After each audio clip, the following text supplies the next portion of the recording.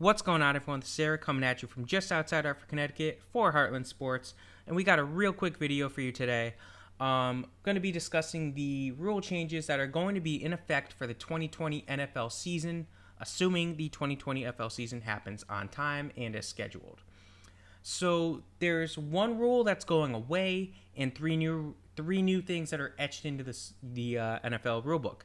So the rule that's going away is the pass interference penalty over challenge. So as we know, in the 2018-2019 NFC Championship game, the Saints were playing the Rams, and Rams corner safety Nickel Roby Coleman was draped all over Saints receiver Tommy Lee Lewis, and there was no penalty flag thrown. So the Saints started crying and being a bunch of babies, and they went to the NFL and they said, we need to make it so you can challenge pass interference, whether it's a called or non-call.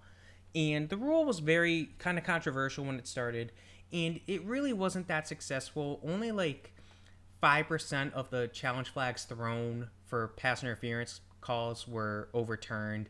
So it was just kind of like, okay, well, it is what it is. We're not doing this anymore. The rule was just not suggested again for the 2020 season, so it just died a natural death, as they say. So now we get to the three rules that are now going to be implemented.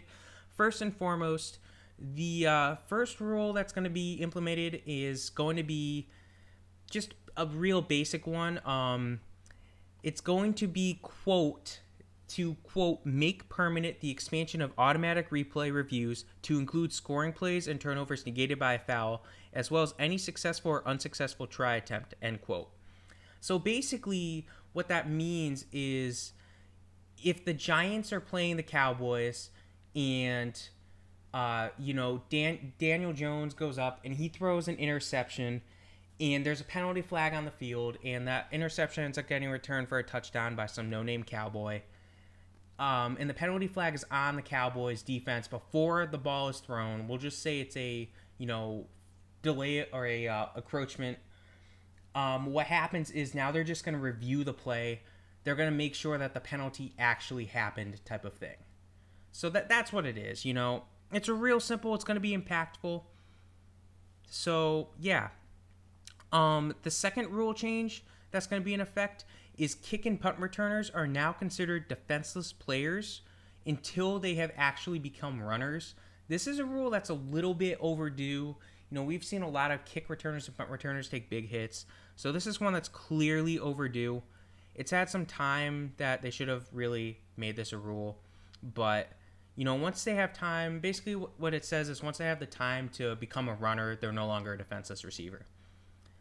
And, of course, it's a penalty to hit a player in the neck or the head if they're a defenseless receiver. So, yeah. The last penalty or the last rule change that's in effect is going to be a timing change. So it basically prevents offenses from milking the clock by committing intentional back-to-back dead ball penalties. It's kind of weird. It's kind of a weird rule. It's mainly a shot at Bill Belichick, in all honesty. He's the one known for doing it. It's a loophole. Belichick said that it's a loophole that will be closed and probably should be closed. So, it's a weird rule change, but it's a rule change nonetheless. It's something that, as they said, should have been changed a while ago. Now, I'm going to do a real quick discussion here about a rule that was actually suggested as well. So basically, the Eagles put forth a potential rule change in which it would be an alternative to the onside kick, and what it would do is it would allow the team that's trailing, instead of doing the onside kick, what they would do is they would get a 4th and 15 on their own 25-yard line. So instead of going for the onside kick, you would just go 4th and 15 from your own 25. This is what the XFL did, and it was successful. I liked it, but the rule did not pass. It didn't get vetoed. It just didn't pass. Basically, the NFL said that they want to do more discussion in it or about it. So it's something that we might see implemented for the next season, 2021. But it's interesting. So basically, instead of doing it, you no longer have the, surprise onside kick. It's a little up in the air as if you would still be able to do an onside kick. But basically what it does is it makes it so if you're trailing by, let's just say 8, you go up and you say, okay, listen, instead of doing the onside kick, we're just going to, we're going to try this. We're going to go for a 4th and 15 on our own 25. It's an interesting and a risky strategy. It could backfire in multiple ways. It could work in multiple ways. In a year, we'll probably have this discussion again. But for the moment, I just wanted to mention it. But yeah, I hope you guys enjoy this video. Just like I said, real quick video about the 2020 rule changes for the NFL season, upcoming NFL season. Have a great day, guys. Eric out.